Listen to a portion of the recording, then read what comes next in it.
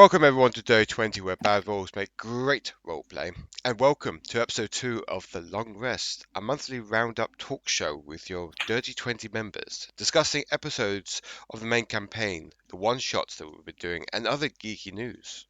Today we have Jack, who's the main campaign, playing Paul Betteridge, sorry.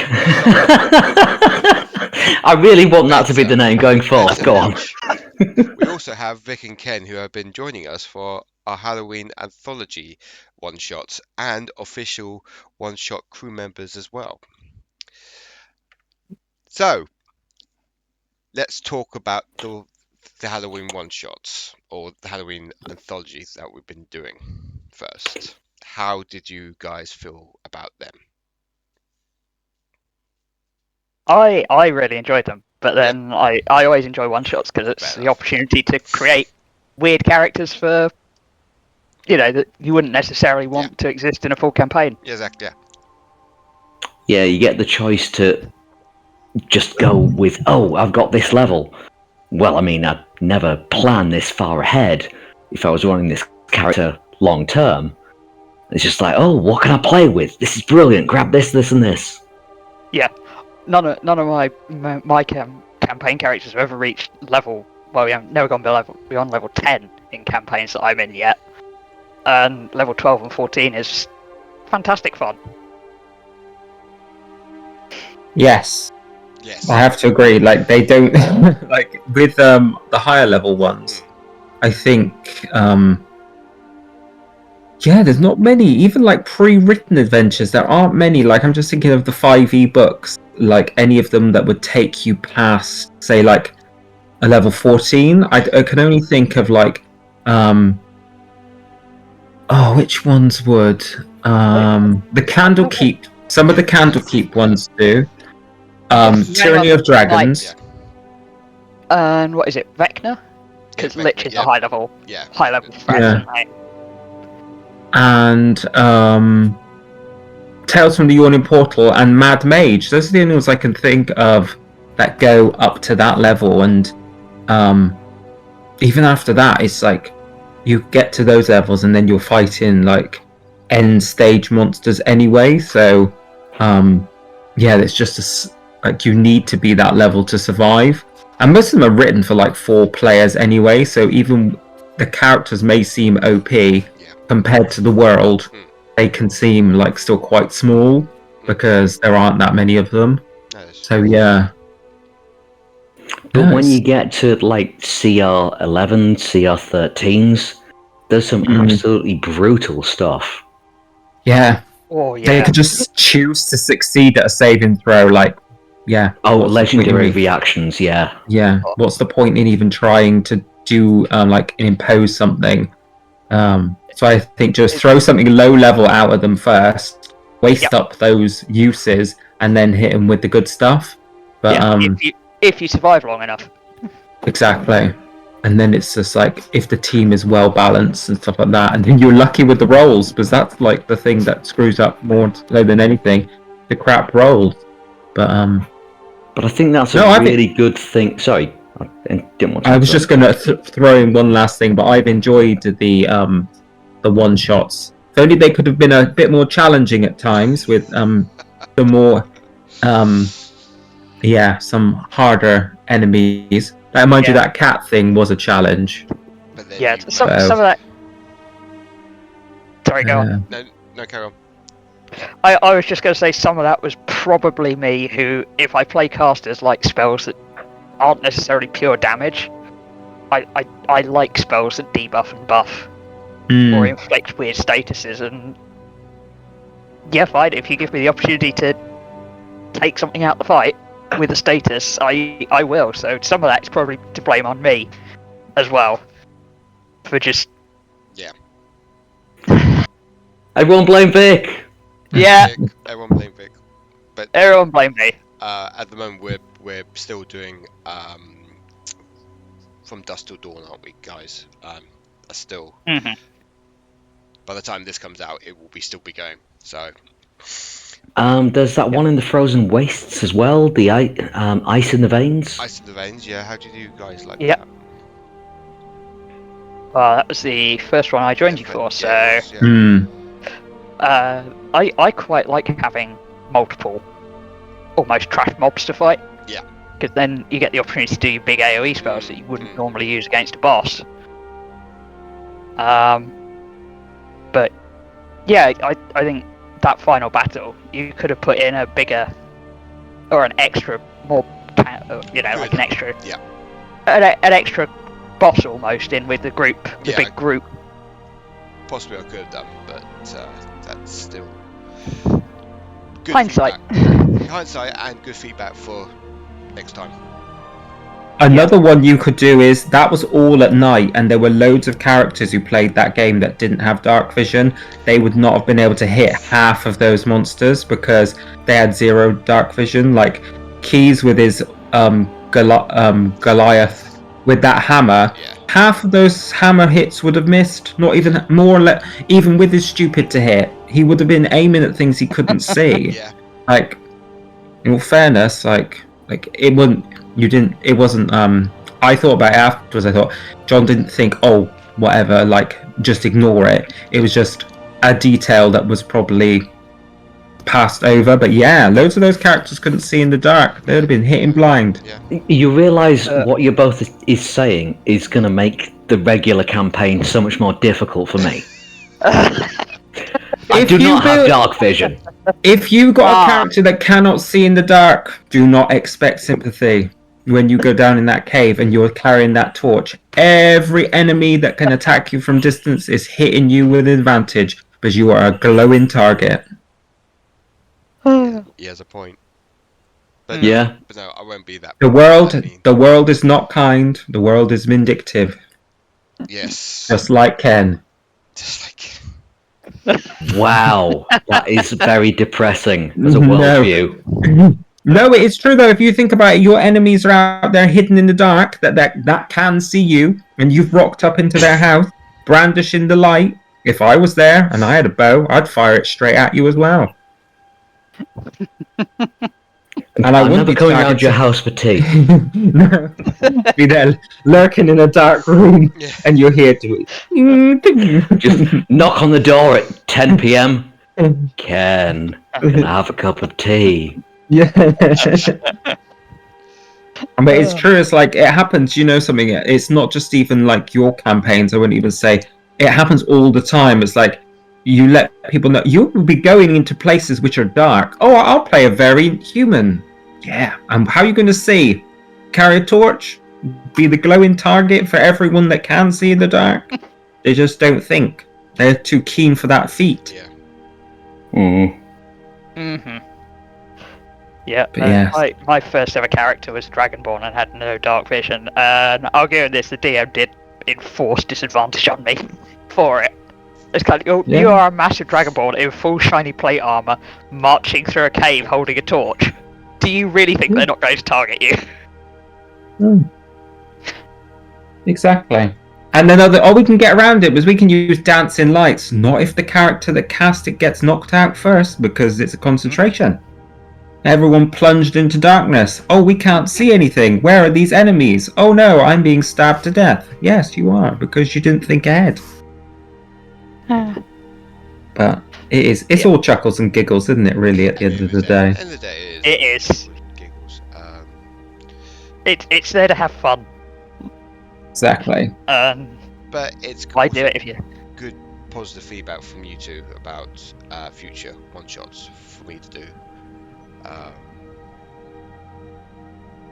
Yeah, because I think mixing in a big boss with loads of little trash mobs that would be balances up that action economy against the party. That's not a bad shout. Maybe I could throw that in for the main campaign. Have fun with that, Jack. Also, Cheers, as mate. well, like Thank you.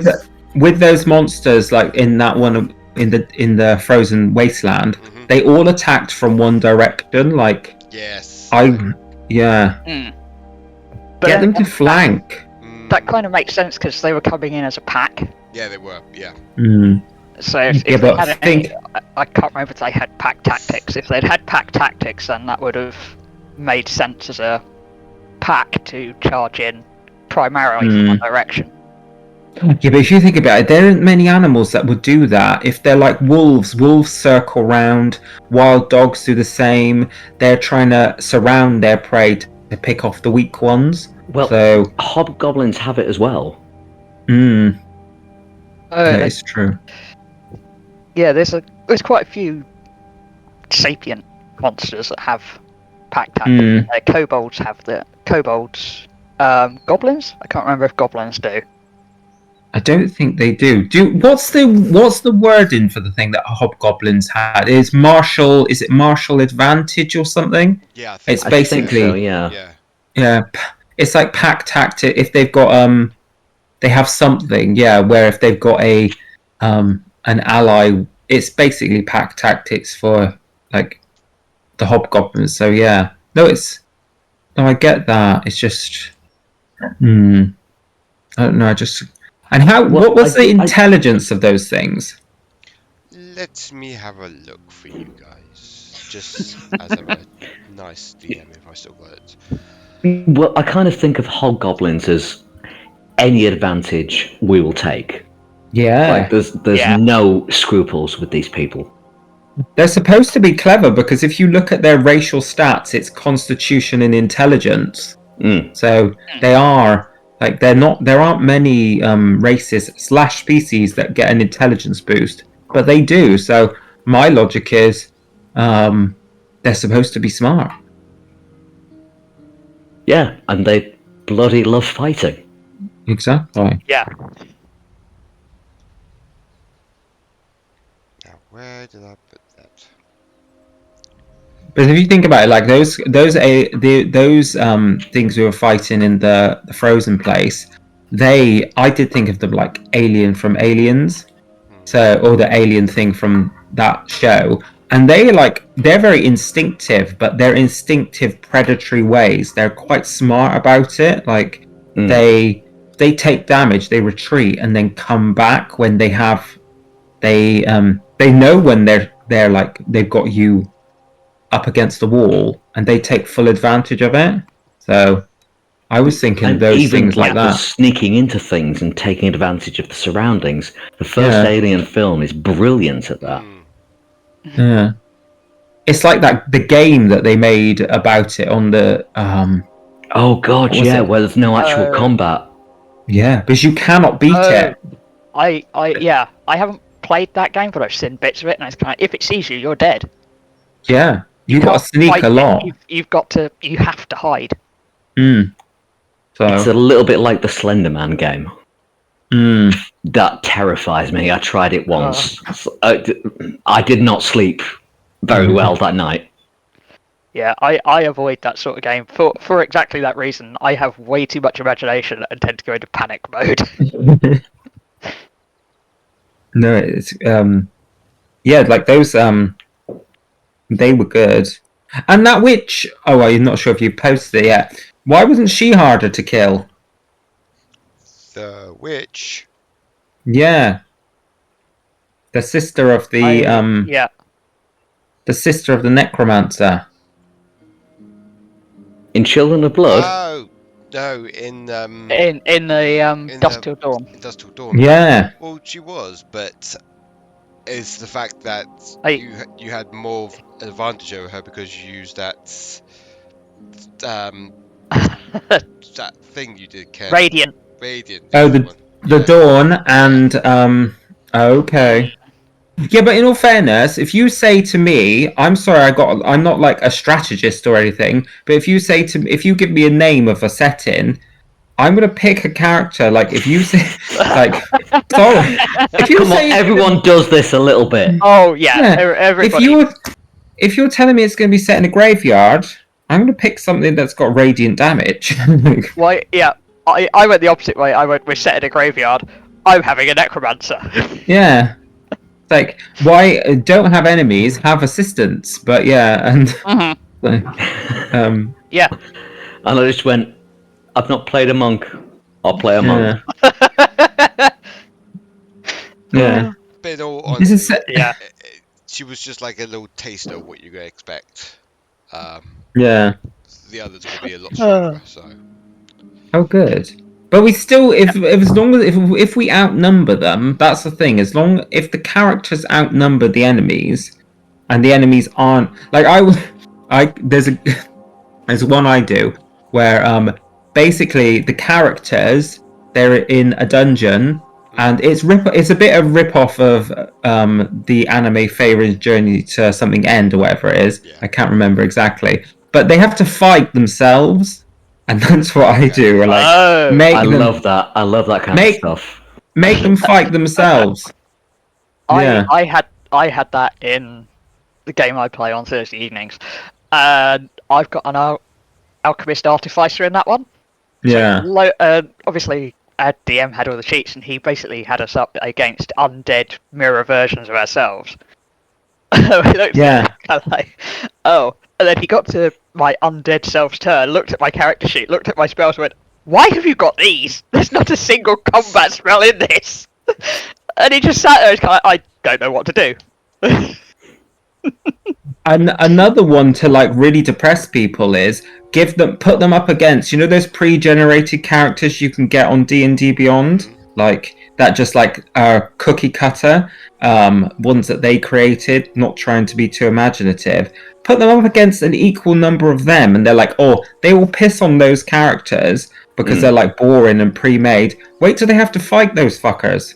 Then they're like, oh, actually, I may have created my character out of what I want it to be, but actually, when it goes up against a group that's actually well built and optimized, our group's kind of piss poor.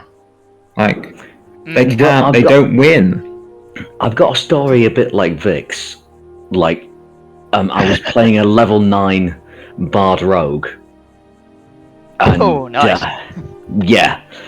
Oh, this guy was just trying to just cheese his way through everything. Just like a smile, a wink, and a wave.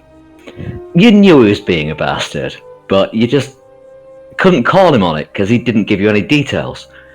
And he came across 2 versions of himself, and he managed through a persuasion roll to convince the facsimiles of himself that the other one was lying and you should definitely lock him up.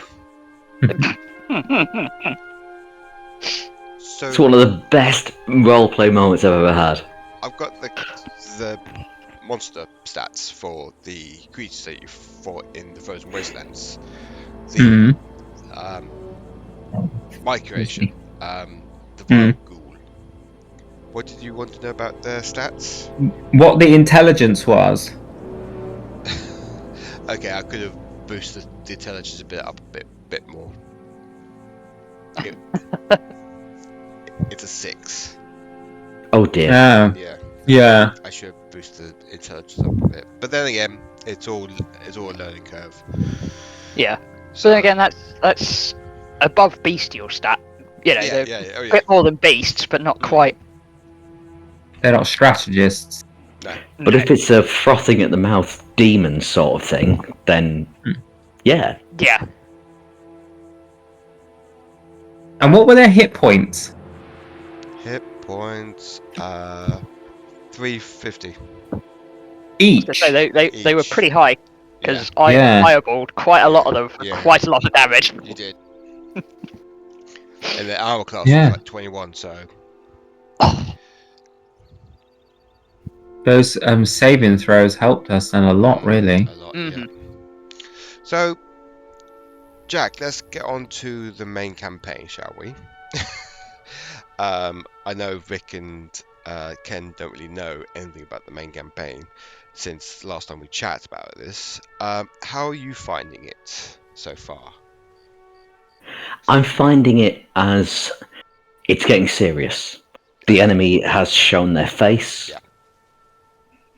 We've also, on the other side, I hasten to say, on the good side, we've got their names. We know where they are. Mm-hmm. It's just, what the fuck do we do about it? Yep. So, just give Ken and Vic a rundown of what the actual main campaign is about, Jack. Okay. So there is the main thread throughout it all is there is a cult of Draken, Ooh, nice. which they want to resurrect this long dead. We don't really know what it is. We don't know if it's an aberrant, anything whatsoever. We've just been getting little hints and clues, and we've just been scrabbling around all this time, grateful for what we found. But now they're starting to influence politics in all of the countries, and they're starting wars. And our party is starting to notice this. There's been kidnappings. We're trying to hunt down the Queen, who was cruelly taken away. Not going to forgive that little kobold. By the time this comes out, Wait. the party have already rescued the Queen, so the Queen is safe at the moment. But they're heading back to a certain town to deal with the top members of this cult, aren't they, Jack? That's what I figured, yes. So I'm playing the rogue in this party. He's full rogue, level 8. And for a while he was trying to pick up, like, everybody else's job. Just like... Oh, yeah. Yeah, trying to be the speaker, trying to be the person who does things. But now we've got a bard. It's like, right, well, you're happy to do the talking, you do it. Yeah, thanks, bye. That relies on the person playing the bard being able to do that, though, to an extent, because... He's pretty good, though. Come on. He's pretty good.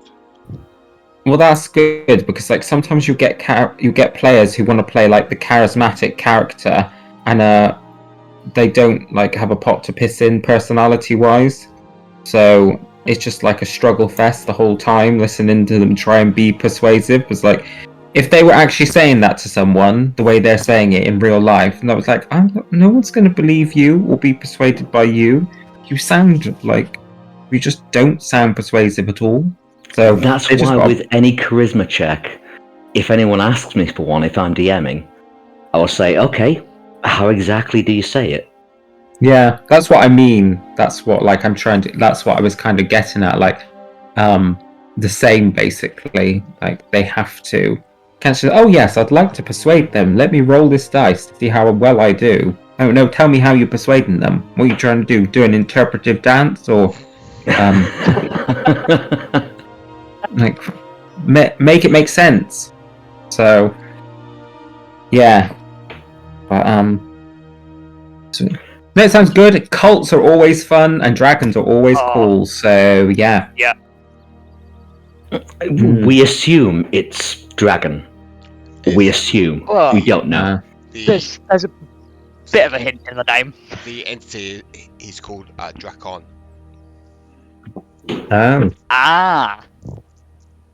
So it's they have some elements of like dragon in them, but the players don't actually know what he is until it's too late. And I'm building it up to that point where he's revealed, and then it will be like, fuck. That's quite cool, actually, because that's very similar to like this overarching campaign that I run. It's like most of them is based around like a number of the 5e books, like Tyranny of Dragons, Icewind Dale, but they're all set in this kind of like little worldy thing I made. They're all set at different times. Like Tyranny of Dragons, well, Icewind Dale was first, then Tyranny of Dragons, then another campaign that does like an amalgamation of Lost Mines of Phandelver and Dragon of Icespire Peak, and I've got 3 others which are based on what's it called? Candlekeep Mysteries. What's the other? Losing track now. And then there's Tales from the Yawning Portal and Keys to the Golden Vault. and they're all just linked together like through a myriad of stories, and that's just all based around Cult of the Dragon as well. Like the Tyranny of Dragons is about Tiamat, and then the later ones, they're Cult of the Dragon failed to raise Tiamat, so they're instead trying to prioritize increasing the reproductive success of chromatic dragons, because in this world is yeah, exactly, oh dear, because it's relatively well known that they're piss poor parents and have a low success rate at reproduction. So the Cult of the Dragon has decided, rather than raise Tiamat, they're just going to make it so that there are more chromatic dragons in the world. And the groups have to try and stop it somehow, some way, some shape or form. Some twat should try and contact Barmut. Yeah. Yeah. No. Well, in the Tyranny of Dragons one, that one of them spends a lot of the time at their various temples of his in the major cities, because there's a background story that the characters heavily linked with that deity. So yeah, but I guess it's the wrong time. But no, it's cult, and I'll say that here because I doubt any of them will ever listen to this. So not spoiling anything for anyone. You never know; they might be listening. You never know. Yeah. That is But very true. It does rely on them putting two and two together and realizing, oh, you're talking about us. Well, they wouldn't need to be Sherlock Holmes to figure it out, really, seeing that they all know me as Ken, and I kind of say, like, oh, is that Ken who I know? Sounds very similar, or are there two of them that run these campaigns that I play? Some of the players even play in multiple versions of, like, they play in different adventures. Yeah. So, Yeah. they're like... Then again, there is the collective stupidity of a D&D party in that you can spend... you could lay out this beautiful plot, give all your party so many hints and clues, and at the end, they're completely clueless, and you reveal the thing, and they go, oh! Yeah, no, it's true. Like some of them like are in multiple games, so they kind of have figured out that this is an overarching story rather than just individual adventures. Yes, they seem to enjoy it, which is the main thing. That's the important bit. So yeah, we've had a lot of people in the main campaign go missing or be kidnapped by a entity which I will not deign his name because he'll probably turn up.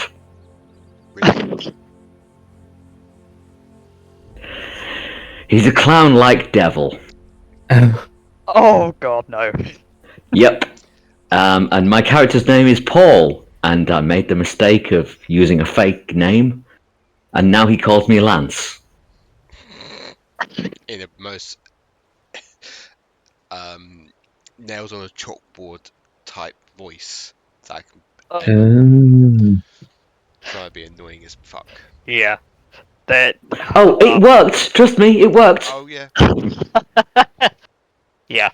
There is oh no. Introducing any clown-like figure, and it's kind of like, no, don't like, oh no, get away from me. No. Yep, you die first. when this inevitably goes south, you die first. Unfortunately, he is pretty much a near omniscient, near omnipotent entity, so we can't do anything. The first time I tried to attack him, he made my rapier so heavy that I couldn't lift it. Oh no. Yeah, and that's not a spell that I'm aware exists, so I'm just sat there like, okay, I'm gonna have to negotiate with this fucker.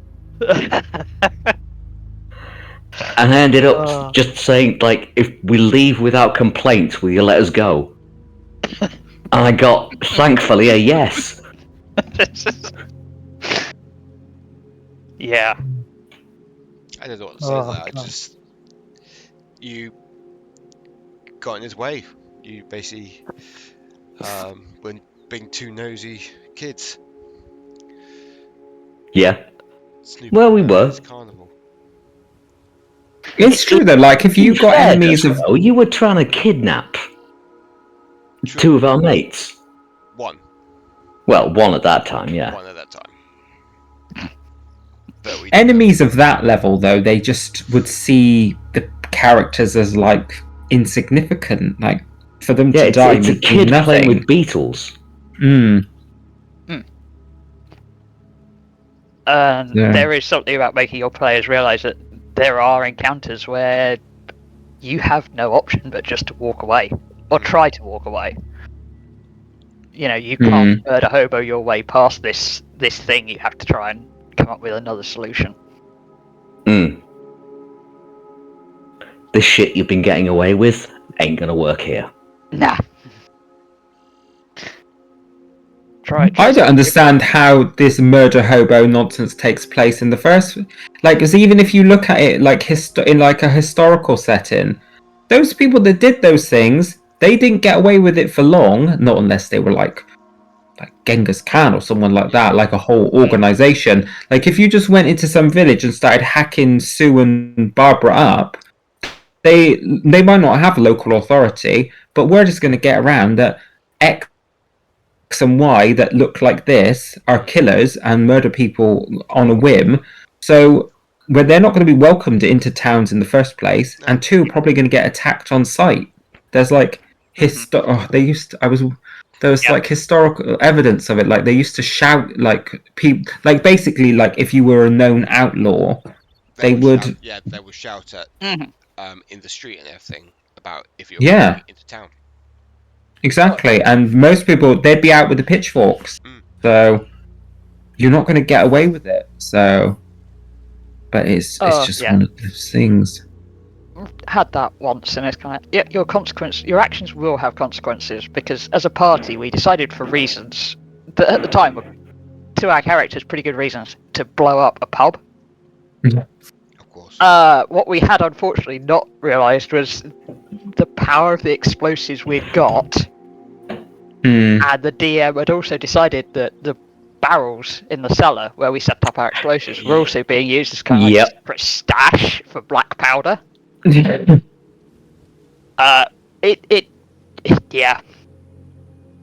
were very definitely wanted dead or alive all the way throughout Neverwinter. Yeah. And yet we still had to go into the city, so we had to find ways around that. But there is the FAFO rule.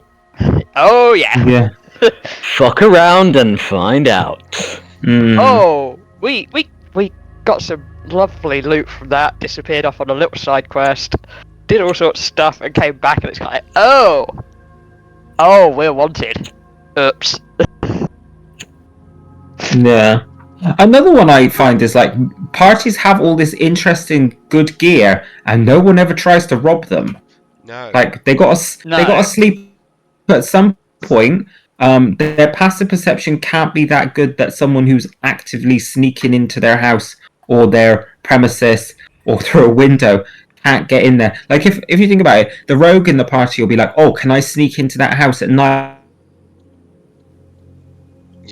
and rob the place?" It's like, yes, you can if you choose, but nothing is going to stop another rogue from doing the same thing to you.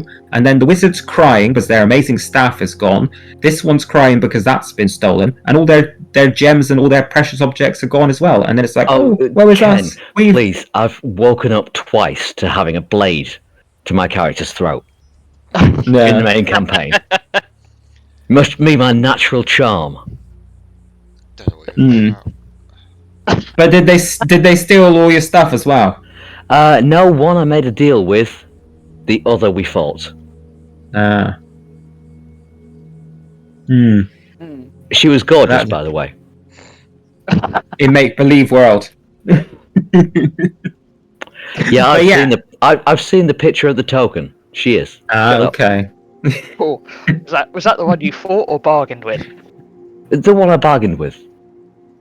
Yeah. It was fair, really. Yep. I stole her sword once I got her arrested, and then she wanted it back, and she framed us. And now I want to work with her. Sounds like a good party member. Oh, she doesn't have a player assigned to her. No, she was an NPC. Ah. Very good. What do you do though, like in your main campaign, like because is it always are there issues that do the people just like are there just dedicated players that always turn up, or do you get Yeah. people come and go? Okay. We've had, I say, a handful of dedicated players who have stayed with us, and there was certain members that weren't really clicking. Like they were Yeah. really there for the long haul, and we had to let go, unfortunately. Mm. Um, Yeah. Some of them came in saying, "Oh yeah, we are quite knowledgeable about D&D and everything," but when it was time for the crunch, they basically ummed and ahed all the time, and they didn't know what to do. They didn't know what button to click for, to roll to hit and roll to Yeah. like the damage. And it was a bit, I don't know, just I did. Yeah, say it was I- awkward. Yeah. Yeah, it was awkward. And I did say I wanted like kind of not expert, but like I wanted you to know the basic layout of this class and this this background. Whoa, That was a Sorry. big firework. that was you again, Jack, is it? Yeah, sorry. No, it's fine. Bloody fireworks. They'll be letting them off for the next week or so, probably. Yeah, probably. So Oh, is that Diwali? Oh, for fuck's sake. no, they just they. I don't know about you guys, but they let fireworks off around where I live for like maybe 2 weeks before fireworks night to about a week and a half afterwards. It's just like, but they after fireworks night they go on sale, so people keep Yeah. buying them and like setting them Yeah. off. So, like I know people that don't even do their display on the fireworks night because they're more expensive. They just wait till like a few nights later and then buy a load of the great big rockets and do their own little end of the world celebration kind of thing. So Yeah. crazy. Let's celebrate our freedom by blowing up part of the sky. Exactly, by blowing a little bit of it up. But Why not? mm, So yeah, it would, Yeah. but we got a few dedicated players like Jack. For a while there, it was just me and the paladin player. Yeah, oh, just two of you were playing, was it? No, we had people coming in. It was just they wouldn't stay for very long. Oh. Then we got two more people who would stay, and it sort of built from there. And now we've got a stable party again. Okay. Yeah. That must be a nightmare for streaming though, like because you're. Mm. but we kind of got around it, kind of. Touch wood. Yeah. We've had no problems yet. So Yeah. And sometimes it takes a little while to get players that click and then a party that clicks as well. exactly, yeah. But no. That's good. Why are you thinking? Because well, I don't think I'd have time, but I'd always play an extra. I'm particularly good at two things: hags and dragons. If you want an NPC. That's not a bad idea. Might have to call you up on that. Yeah. If you need a evil hag somewhere, you know where to call. Are you sure it's spelled with H? Yeah, it is. Not a silent H. No silence. I like playing those. Do like playing an evil character, or one with a underhanded plot somewhere along the lines, some mischief involved. Yeah. But yes. Well, I used to always play evil or chaotic neutral, which everyone says that's a gateway into evil. Mm. And then I just found this is boring. It's just so simple. Whereas with a good character or a complicated neutral character, you can have those those conflicts inside themselves. Yeah, it's true. They're like the nuances of having like. But there again, if you have a lawful evil character, they do have a set of rules that they follow. They're just not very I nice. love lawful evil. Yeah. So, Lawful evil's all your devils and things, isn't it? mm, I've got a tiefling that I will soon be playing, who is lawful evil. He just wants the money. He just wants the money. Yeah. I have a set of rules that I follow. mm, You just don't necessarily. You don't have to know what they are. exactly. And why would I ever tell you, my dears? You don't need to know. No. Of course not. But that's another thing I always like, not from a player point of view, is if I'm playing with a group, I always try and think, why would my character want to be working with these people? Like, what is the thing that cements us together? And that's the thing I always struggle with the concept of, like, if I'm playing, like, the characters like you've seen, they like can be annoying, but they're motivated to do something good. They might come across as abrasive, but like push come to Oh, does it? shove. I hadn't noticed. Yeah, push come to shove, they'll help their companions out. They're not gonna. Their whole thing is like keeping everyone going, keeping everyone breathing, kind of thing, and helping out in the best way they can. Like they might not be the most friendly or personable, but you know what they're trying to do. Yeah. But some like I tried to get involved in a campaign, and there were just characters in it that no matter how much I tried, I just couldn't figure out why this group would work together. Yeah. Because they came from I would say it was a large group as well. There were 8 players, and I'd say 5 of them were good. Like one of them I'd say 4 of them were like good aligned, including my character. One of them was kind of neutral, and the other 3 were kind of like on the evil side of things. So it just didn't make any sense. Like I spoke to the DM about it afterwards. It was like he wasn't the most experienced, but it was like even your introduction to this kind of setting, it does just to me like I'm quite like I can try and get my head around most things, but I said this group would have no reason to work together. It's not like there's a shipwreck taking place and we've been abandoned on a desert island or something and have to figure out how to work together to survive. You've given us this option to travel to this location and achieve something. There's nothing forcing us to work together, and that's what I was trying to like. That's just what I was struggling with. Like for a one shot, it's all right, but for a campaign, Campaign is just a bit messy. Odd. Yeah.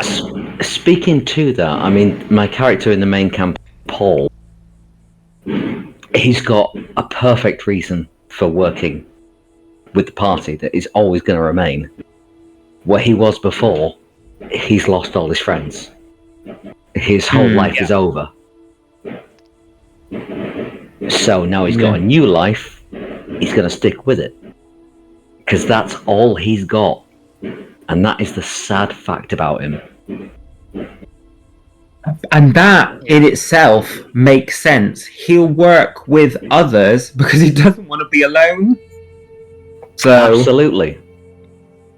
Like that would make it make sense. Like he might be like have a different viewpoint to others, but I imagine his priority is always going to be his priority, and what he does is, oh well, whatever decision I make, I'm not going to make a decision realistically that's going to push these people away from me. So he may not share their morals or their viewpoint, but if he's smart enough, he'll realize that actually I got to take how they view the world into consideration. Otherwise, potentially, I'm going to lose that. Well, that's how I would view it. It's your character. Exactly. I don't know how you... Yeah. I mean, he's only intelligence 12, but that's just smart enough to realise if I fuck this up, they're gonna leave. Yeah. That's why in the main campaign, he's usually the first one to go in. It's like, okay, what's wrong? Are you okay? Yeah, the one trying to keep his group of new friends together. Well, he was leading a rebellion in his past. Mm. So, in theory, pretty good at it then. In theory, it didn't actually work. Yep, fair enough. Keeps going though, which is the main thing.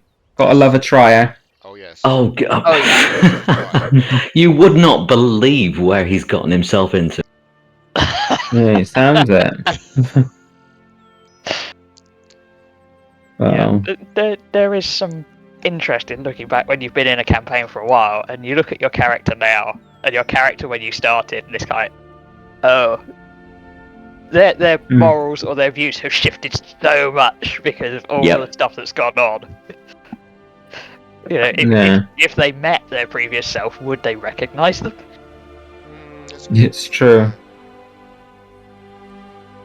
Is that campaign though? Like, do you when you? I guess you do like I would imagine you would do some sort of session 0 with your characters. Like one shot doesn't really matter. Like people just bring what they want to a one shot and hope for the best. But with a campaign, I did a like a session 0 right at the beginning, and we're on like episode 32 now or something. Yeah. Or that session 32. So yeah, when we had the first, well, we'll say first, it's session 0. We had a completely different players to we have now. And it was pretty good. Everyone seemed a bit tight and everything. And then after a while, people just kind of dropped off, either with mental health problems or Pursuing an acting career or having a baby. And then we had to get new people in just to fill the void because it was games with like 3 or 2 players only coming in. Yeah, and some people didn't like to be on YouTube. Others didn't really fit well with others. So, but Yeah, for the last month now, I think, Jack, we've had a quite tight crew, haven't we? I'd say the last 2 months, but yeah. Yeah, I mean, we've had Neil and Dan. I love both of those guys. I would like Dan to come a bit more out of his shell. Same. I mean, Neil's doing quite well though. Oh, he's doing fantastically. You just need to tell this Dan to do better. Say it. Have a pointy conversation with Dan. We need more from you. We're seeing you at a 7. I'm not going to phrase it that way, Ken. Come on. Do better is the cancel culture. We're seeing you at a 5. We need to see you at a 7, and then in a few weeks' time, we need to see you at a 10. All right, if I'm his acting coach, then yeah, I can do that. Yeah. No, I get it. Like people do, they take time sometimes to come out of their shell. But yeah, I was in the first game I ever played, and it's kind of I was a paladin, and I was supposed to be fairly intimidating, charismatic, chatty, basically. And it took a little while for me to get there, but once I got the hang of it, going into other games and other campaigns was so much easier. It's getting the hang of that. Doing it for that first time is surprisingly awkward. Yeah, not used to doing it in real life. Yeah. But you'd be surprised the number of players that it's like they chatty in real life, and then in the game vow of silence. Yeah. Like, so it's like, come on. Yeah. We need you to be. It is difficult, but you can't really push them. Otherwise, they'll push back. No. Yeah. You can only ask so many times, like, what is your character doing? Yeah. Yeah. It's always a good idea to have something in your back pocket of what would your character be doing whilst somebody else is at the shop, doing this, doing that, talking to the other. Even if it is just my character is gently throwing stones down a well to see how much they clink. You're doing something. Definitely. 100%. It's just they get an opportunity to do what more or less whatever they want, and they're not taking it. Exactly. Like, pretend. Just do something. Do something. Even if you just Spotlight's on you. Perform, Exactly. sweetheart. Exactly. You're just Yeah, crying. be a dancing monkey. I don't fucking care.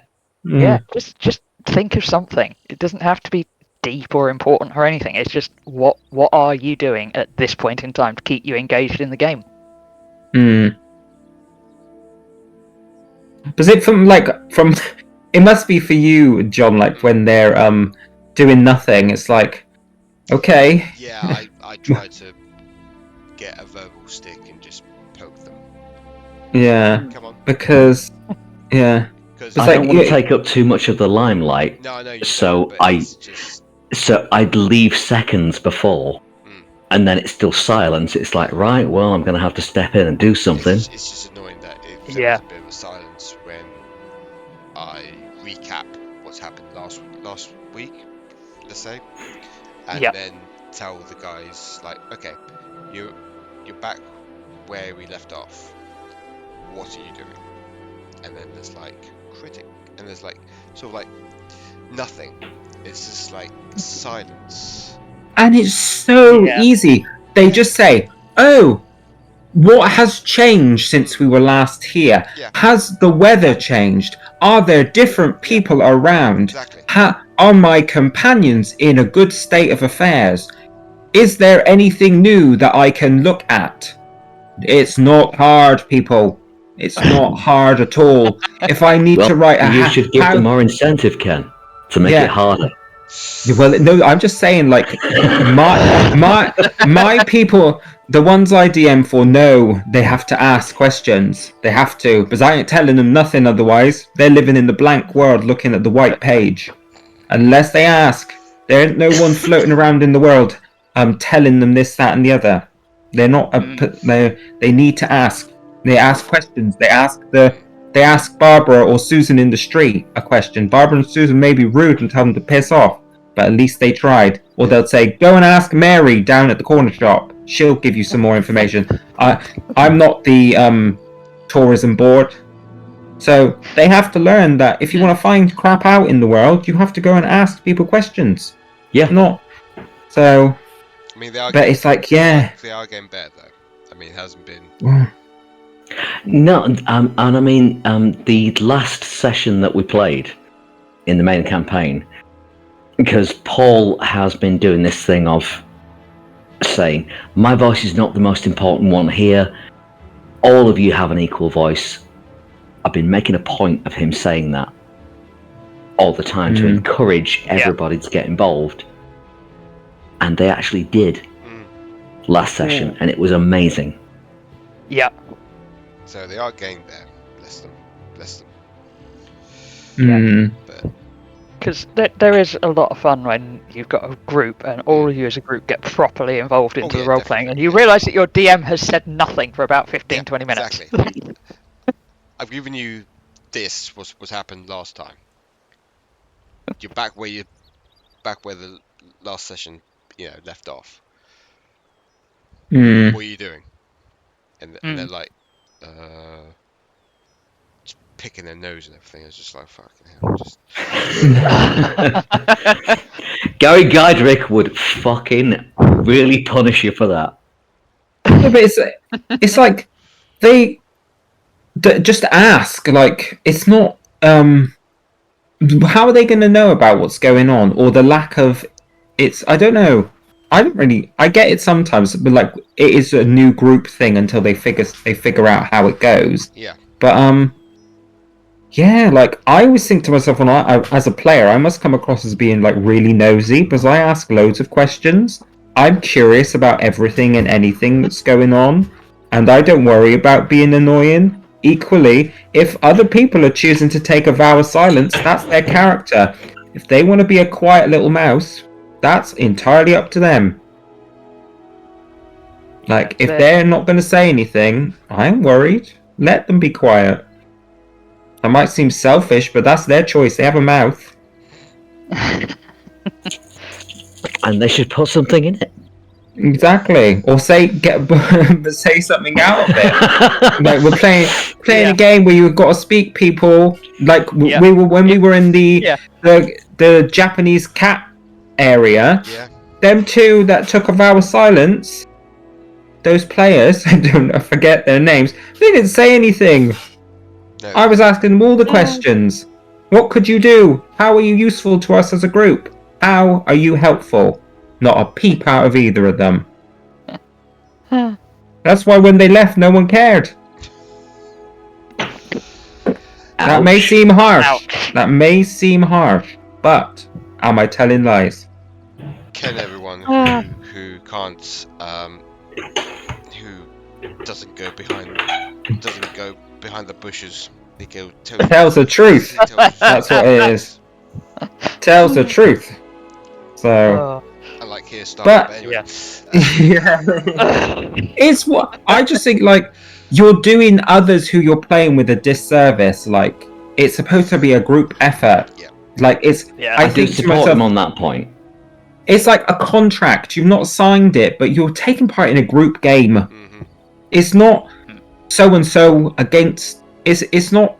If you want to play a one-on-one with a DM, just have your one character and have your DM and have your sidekick who doesn't say anything. It's just your helper, and you can have a grand old game like that if that's how you want to play. Yeah. But if you want to play with other people, do your part. Yeah. Like, I did do, what was it? It was a 3.5 game, which was quite an enjoyable system, quite difficult to get Yeah. your head round for some of it. But I did like certain facts of it. But it was basically two of us and the DM, so we had a party of two. After we got the initial, okay, this is worked out what each of our characters were, we got some really nice sparking going off there because there was quite a lot of time for each of us to, do each of our things. And we got a reasonable idea of what the others would do, so we were almost, buddy duo. Yeah. Sparking each other. What are you doing? I'm going to do this. And because I know you and your character, because we've been doing this as just two, I'm expecting that you will go and do this. Because that's what I got the idea of your character does. And it did work really well. Unfortunately, because there's only the three of us, when one person had to leave for life, personal life reasons, it's kind of like, oh yeah, that's completely dead now. But it happens. It was really good fun while it lasted. it's so true. Like, some games, it's like they're optimized. Like, so I can only think of like written adventures. They're optimized for 4 players, but how realistic is it for you to be able to run a campaign consistently with just 4 people? Like, if one of them can't attend, it's like a no-go. Yeah. Because who can do, like, it's one of those things. But it's true. Like, if you can get 4. Like, also, like, sometimes, I don't know, I've played, like, games where I'm thinking to myself, I'd be having a better time if it was just me and my sidekick without these other people, because they're not getting involved or doing anything. That I don't know if that might just be me being egotistical or something. But Oh, dude, if you were a player and I was DM, yeah, but you'd be on a tight leash. it's like, why? Because I think to myself, I'm a great player to have at anyone's table because I get involved and I play and I'm interested. Like, what more does someone want to have as a DM? All like- true. It's just Yeah. that I don't want anybody else to feel intimidated by your big energy. Well, they need to bring that energy as well. They don't need to bring. We're not playing a small energy game. Okay. We're playing this damn game to survive and do something, not to rock up somewhere and hope to, fingers crossed, we do well. No, that's not the game I play. Sorry. You got at the end of the day, why are you going into it half-assed? Stay in the house and do nothing. Be a farmer.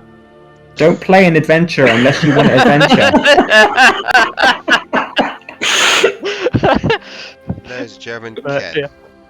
No, Yeah. dude, it's what. Otherwise, you'd be chilling at home playing Stardew Valley or Farmville.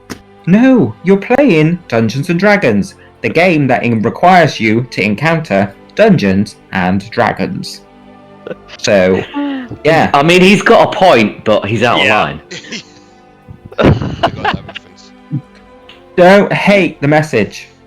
Hate the messenger. Don't hate me either. Just don't hate. It may be delivered it may be thrown at you rather than delivered lovely on a silver platter, but the message from me gets there quicker. That's the difference. But I just don't get it. Like, No, I really do appreciate the points you're making. You do make sense. It's just not everybody is like this. exactly. And That's some why they people- should. That's why they should stay home and be a farmer then. No, not just that. Some people will go into role playing and it will be a complex character and there'll be really good story points and there'll be wonderful role play and they're not as aggressive. You've encountered my roleplay in a one-shot setting rather than a campaign. In a campaign, it's more development over time rather than gung-ho from the get-go, which is the one-shot version of me. Whereas campaign Ken is more build up to the memento. It's like, especially when we're starting at level 1, you don't want to be too gung-ho at level 1. Yeah. You can't gung ho at level 1 because No, 2 hits and you're dead. a bad You're worse fall, than a commoner in some classes. a bad fall and you're finished off. Like, Yeah. so Wizard sticks his nose round the corner in front Yeah, of somebody exactly. else, and that's it. The wizard is dead. exactly, wizard child, the weakest of all. Oh, Oh, God, no. Right, can we talk about this? Like, nobody should be allowed to play a child character. oh Nobody. no. No, that is true. But when you've got that species, what they called Valdicans or Veldicans, or they start off as a small creature, as basically a child at level 1. They are the equivalent of that species' child, because they're small, and then they get to like level 5, and then they're medium.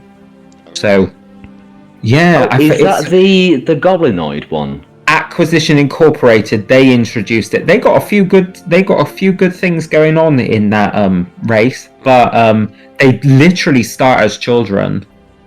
So it's weird. That is a strange mechanic. It is. Yeah.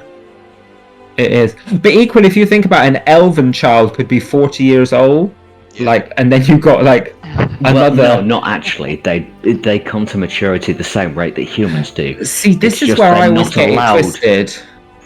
They're not allowed to go out of where they were raised until they're at least 100 years old.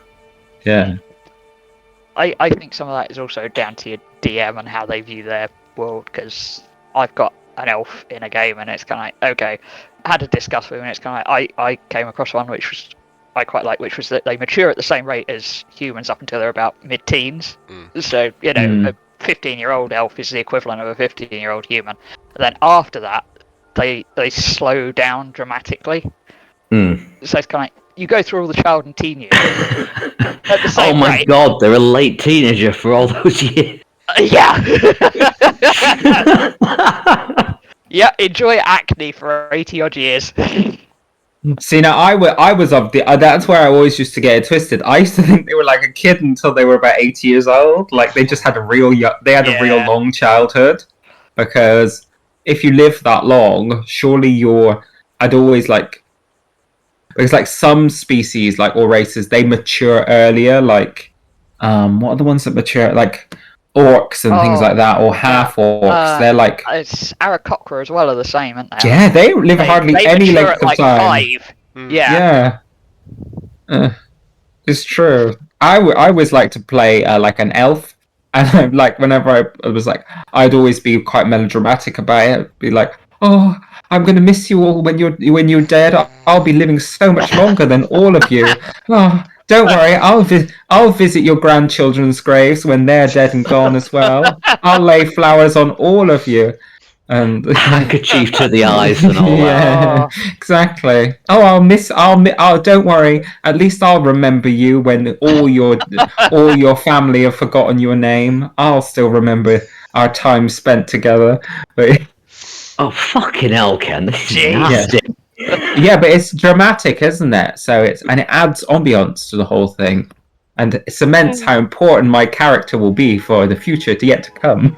It kind of reminds me of that anime that I was starting to watch.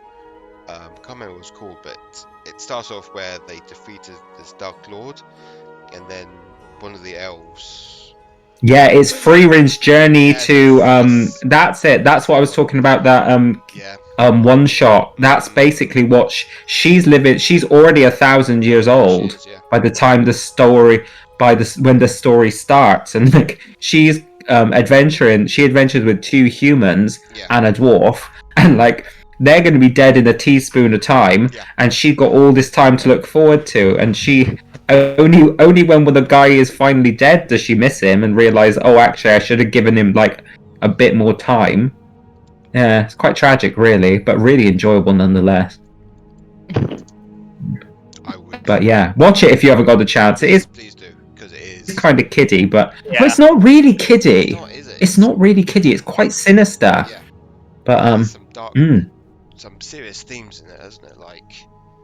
And also, it hits the damn nail on the head that evil characters are evil through and through, and there ain't nothing you might want to think that they've got good bones in their body, but they don't. Like this whole thing about no one is bad through and through. Actually, sorry, some people are. True. And there's creatures in it that are evil through and through, and they don't have any qualms. And it goes through that whole thing about, oh, actually, there's people in the world that still will try and give them the benefit of the doubt, and they're the ones that get pissed on in the end because a spade's a spade at the end of the day. It is what it is. So, no, I really enjoyed that anime. Well, I may be doing spoilers for my end goal future plans in the main campaign, but just to inform you guys, Paul has recently realized he's in love with another man. This has never happened before. It was always women for him. But he's not a man. He's a phoenix transformed into a humanoid form. So there is the exact same thing of, you've got a limited lifespan, I will practically live forever. How's that gonna work? And I'm thinking, well, that would be my way out, because if we can find some way to transform you back into your true self, your phoenix form, maybe you could transform me into the same. John's thinking that ain't never gonna happen. Yeah, I'm thinking that as well. No, it's fine. It's fine. It could work. It could work. Don't say that. I don't want it to work. Paul needs to die alone. Oh, thank you very Paul much, needs to- Ken. Oh, that's Paul needs to be crying and that phoenix fly off into the distance doing loop-de-loops. Oh, you really think that Paul would just stop at that one love of his life? No. No, I'm only joking. It'd be wonderful if Paul gets to transform into a phoenix as well and they could fly off into the distance. It'd be great. But it's up to John. It's his world. It is my world. Exactly. I'm sure it will happen. And Don't you worry, Jack. It will happen. But yeah. Not until we get to free his home country. I've got to do that. Yeah, that's fair. as well, like, have you got a full map of this world that you created? Like, I do, yes, I I do. I will show it to you after our podcast. very nice. Cool. I think it's on. Actually, can I do it during? I don't know.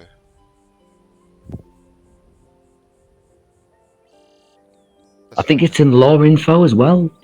Yeah, Neil posted it. yeah, but they're not part of the main campaign. Or they're part of the other.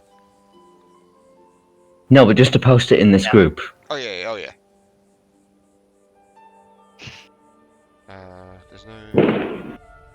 Could just add to map, make mappy maps. Anyway, yeah, we'll send that over.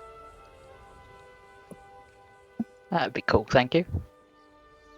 Yeah, it would have been interesting to hear like a voice of like someone from that your main campaign, like who doesn't play in the one shots, because like not that there's anything wrong with Jack, but Thank you. But no, you see the thing is, I think sometimes it's the way I say things that people misconstrue. No, it's As I fine. meant meant I'm nothing ultimately- untoward by that. No, of course you didn't. It's just No, I'm always going to be biased because it's my point of view.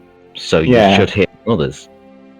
No, it's true, but yeah, it'd be interesting to hear like what they think of it, because and then like if they can then compare it to the one shots, because like one shots are different at the end of the day. Like there's like consistent themes to them, but do your one shots like tie in with the world that like your story world though? Like as I recall you saying something to Jack, I think it was last session or the one shot before, that it was like like an aha moment kind of thing. Something was said and he was like, "Oh, I get that," and you clarified something for him. I can't remember the exact detail, but I think I did. mm, Yeah, it's all set in the on the same mortal plane of existence. It's just in mm, certain different time frames, or like times. yeah, You know, like let's say the Ice in the Veins took place about nearly 40 years before what's happening in the main campaign. mm, Yeah. So it has kind of a good old like time span. Yeah. But it's all set in the So, same world, if that makes sense. yeah, it does. there is potential, I guess, if your main campaign goes to areas where these have been set and the events of those one shots have occurred, you'd find Lore about it, or you Yeah. hear stories about it from certain people. Yeah. We've even had one character from the one shot join the main campaign because it was set a couple of days before they got there. Yeah. Was that in one that we've played? No. Ah, It's a different one. okay. Over those ones that you've done before. Yes. Ah, very cool. And there's that new who was it? Like I can remember. I felt a bit sorry for him really, because it was very much what was it, like duck out of water. But yeah. Oh, the completely new player. Yeah, that was hard. I felt sorry for him. Like, Yes. yeah. It's alright. Megan sorted him out. Yeah. Oh, cool. Yes. That's good. Yeah. It's all good. It's all gravy. Credit to them. I get the impression that they jumped in and it was just like one of their first few D&D campaigns, and they jumped in at level 12, Yeah. which is one hell of a thing to do. Did he answer on the Discord, or was it like a Facebook response you got from them? Facebook. Okay. Yeah, that's ballsy to do that. Like, fair play. Hang on, I'm just gonna get this map up for you, gentlemen, if it allows me. Oh yeah, that's fine. Is that fine there? Yeah, that's fine. Cool. All right. So yeah. Any other geeky news you guys want to chat about? I mean, when this comes out, I know it'll be about a week before he's passed away, but there was Todd passed away, didn't he, today? Who's Todd? Who's Todd? Tony Todd, who was in Candyman. Oh, I saw that. Yeah. Yeah. Let me Google this person quickly. Oh, that's not supposed to be going on. What's he called? Tony Todd? Tony Todd. He was in Candyman. Double D. Oh, yeah, that chap. Oh, bugger. He used to play a Klingon as well in Star Trek. Yes, he did. Who didn't? It's very true. Gene Roddenberry, the rep, Yeah. had everyone in his shows. I Oh, mean, even Christopher Lloyd was a Klingon. yeah. Oh, he was fantastic. I'd love everything he does. Do you know there was I'm not 100% sure if it's true, but it sounded true. And Gene Roddenberry was one of those creators who because like in Hollywood they have that kind of actors guild that they're part of, and they have to be in a certain number of shows per year to generate enough credits to get their pension and their insurance covers and stuff like that. He was one who would bring in the old stars of Hollywood to play in Star Trek and have bit parts here and there so that they would get their credits and stuff like that, so that they could maintain whatever it was they needed to maintain to get their insurance and to get their pension. Yeah. Oh, the guy who played Bones was screwed over. Oh, It was kind of his fault. He accepted a cash deal instead of the ongoing revenue. Ah. Yeah.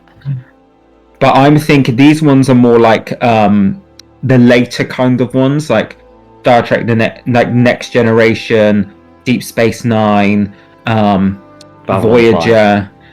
I'm not sure if it was Babylon 5, but Well, I'm thinking of the woman who was not B'Elanna Troy herself, but B'Elanna Troy's mother. oh yeah, that was Gene Roddenberry's wife. Oh my goodness, I didn't know that. That was his wife. She was, and basically there were other shows that used to do it as well. Like if you ever watched the TV show The Golden Girls, they did the same thing. They would the old stars of Hollywood, the ones that were considered golden age actors and actresses. They would turn up on Star Trek of all places because why were they on Star Trek? It was because Gene Roddenberry had the thing where he wanted them to be able to maintain their credits and stuff like that, so they would still be entitled to all those things that because you had to be in it for a certain length of time to be entitled to it, and he did all those things. So credit where credit's due. Looking out for each other and all that. Okay, favourite character on Deep Space Nine, Ken? Favorite character, Deep Space Nine. I like Garrick. So this is the thing. I can't have favorite characters because it's cruel. It would be disenfranchising the others' efforts. So I liked Garrick. I liked what was she called? The daughter of Golda Clark, because that poor woman, that poor character, yeah. She was just an innocent person. She was good through and through, and the shit still hit her.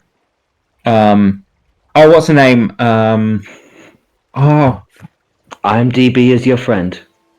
Oh yes, it's true. What's she called? Why can't I remember her name? Kira. The Bajoran. The Bajoran, yeah. She didn't take no prisoners. No. Ain't talking no shit with Kira. No. And Dax. Both versions of Dax I liked. Oh, the second one I didn't like. Did you not? Wishy-washy. No, wishy-washy. Yeah, I liked Deep Space Nine. But I also liked what's her name? The one who played, she was originally Nurse Ratched. Oh god, she was amazing. Yeah. She made you hate her. Exactly, and she was just really good at that. But that was an example of what Gene Roddenberry did. He brought her into that show because she wasn't getting acting parts at that point. So bring her in, old Hollywood star, still getting acting work. getting their credits. That's why. Yeah, but she was. What was she called again? Oh, I forget her name. But she's really good. Yeah, there was loads. I always liked Star Trek. I don't think there's some they shit on, but I've watched. At one point in time I watched them from start to finish, and I've always enjoyed them. So that's my nerdy thing, Star Trek. I can't say anything about Deep Space Nine at the moment, because my other half is a big Star Trek nerd, and she's sitting next to me, and she hates Deep Space Nine.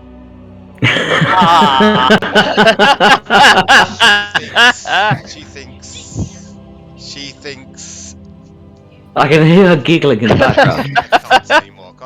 So anyway, but It's fine. You don't have to like Deep Space Nine. I like. Some people don't like Deep Space Nine because it's not set on a starship, and I fully get that. That's what But- my missus thinks as well. Yeah. But it's it's set. I liked the whole thing. So, and that the thing that made me laugh the most as well. But some people didn't like it, was they were like, Cisco shouldn't be in charge because he's not a captain. But like, no. Initially, it was all the way out in nowhere. Yeah. You're not going to commit a captain to that. Exactly. No. And Cisco brought a different energy to the game as well. Like, there were others, like Janeway as well. Janeway rocked up and she brought a different energy as well. Like, Janeway was, some people Neither say... of those captains, because Cisco did eventually become a captain, neither of those captains are going to accept Picard's shit. Hell no. Like, they're the ones that will put their backs against the wall, especially like Janeway. Like like that whole thing, she was in it for the long haul, and she's still stuck at it. Like, how many of those would be like, you are never gonna get home, you're fucked, you've just got to keep going and do your best. Most of them fuckers would have quit, not Janeway. Only one who's probably going to be sticking around is Tuvok and some of the other Vulcans who were brushed over a number of times. But Oh, I don't know. Who was the Marquis? The commander? Oh, Chakotay. Yeah, he could handle it. Yeah, but no, what I mean is like the ones that could the long-lived races that were on the ship. Like, I see what you mean. Tuvok would live a long time. Like, 75 years was the projection. Yeah, so he might be able to get back alive. Others like finished off through cruelty of time, but yeah, I just liked it. I just don't think even the new ones I like. So, and most people like poo-poo. Oh, I'm not speaking about the new ones. I'm just not saying a thing. I haven't finished watching them all yet, but it's just I just like it.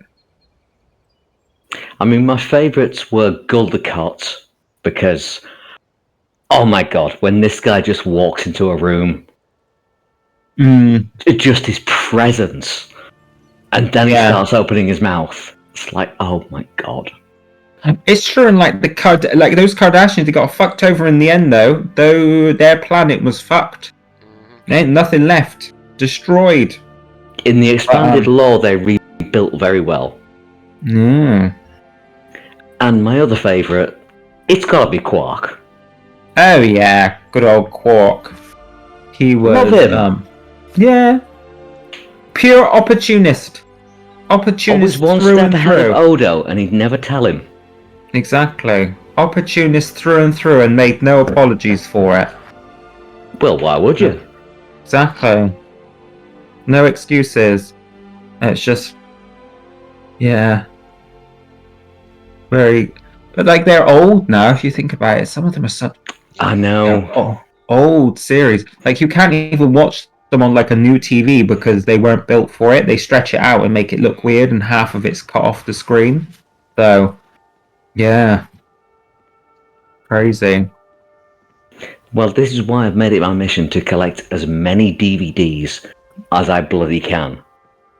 Because eventually that format will be obsolete. Yeah. It's true. Like, on a laptop, they don't even have that little thing that popped out for the DVDs anymore, do they? Nope. They don't. So, yeah, They're going to be gone soon. And I am proud to announce my PS2 still works. I'm glad it does. Yeah. Hey. It is older than some of the people I've met. Jeez. That's saying something. Yeah. Yeah. So, on that bombshell, we're going to say goodnight to everyone. Thank you to Ken and Vic for joining us. Hopefully they'll join us in the next few, maybe, if you two want to. Yeah, sure. Yeah, I don't mind. Cool. And obviously Paul is always going to join us unless he gets a broken leg or something. Who's Paul? Yeah. Oh, I forgot Talking about Jack. Yeah, I'm talking about Jack. And we'll see you next time.